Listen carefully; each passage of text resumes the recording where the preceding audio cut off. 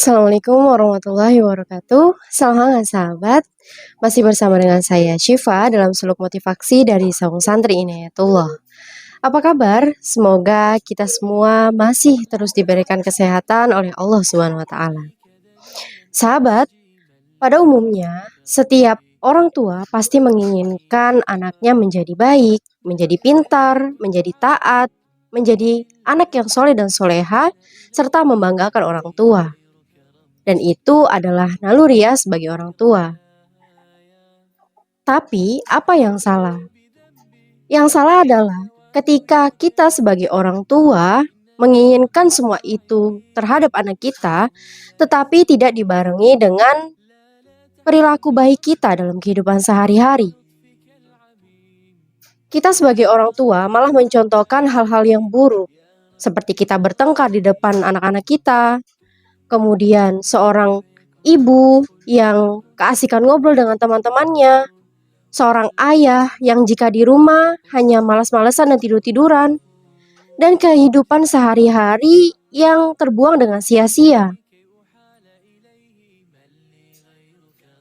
Lalu kita menginginkan anak yang taat dan juga soleha, itu adalah hal yang mustahil.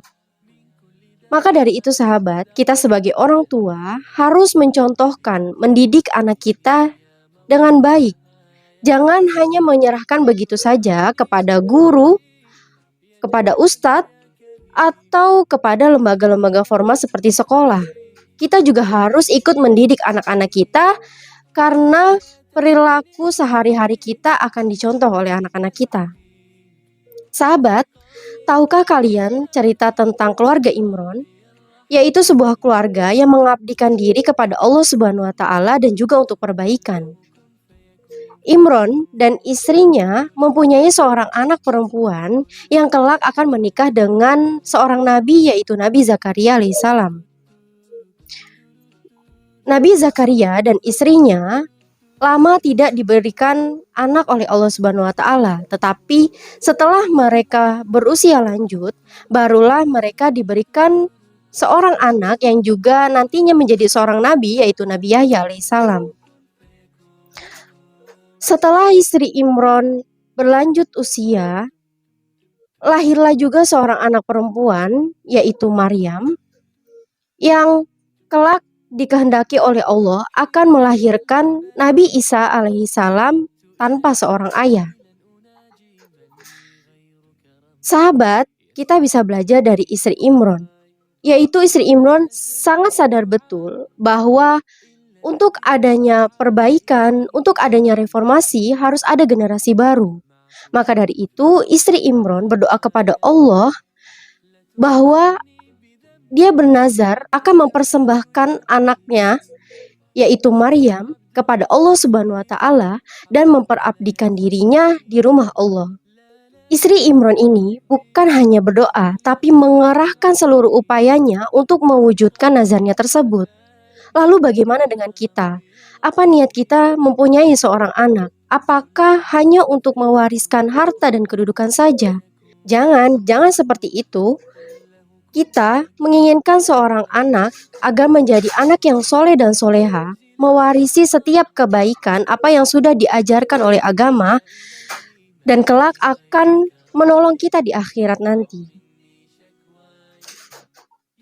Istri Imron alaihissalam sebenarnya menginginkan seorang anak laki-laki karena menurutnya seorang anak laki-laki bisa memikul beban berat umat dan juga masyarakat. Padahal Allah juga telah menegaskan laki-laki dan perempuan kedudukannya sama di atas landasan takwa. Dan kelak pada akhirnya istri Imron akan mempunyai cucu laki-laki, yaitu Nabi Isa dan juga Yahya. Sahabat, mulailah kita memperbaiki diri kita dari sekarang.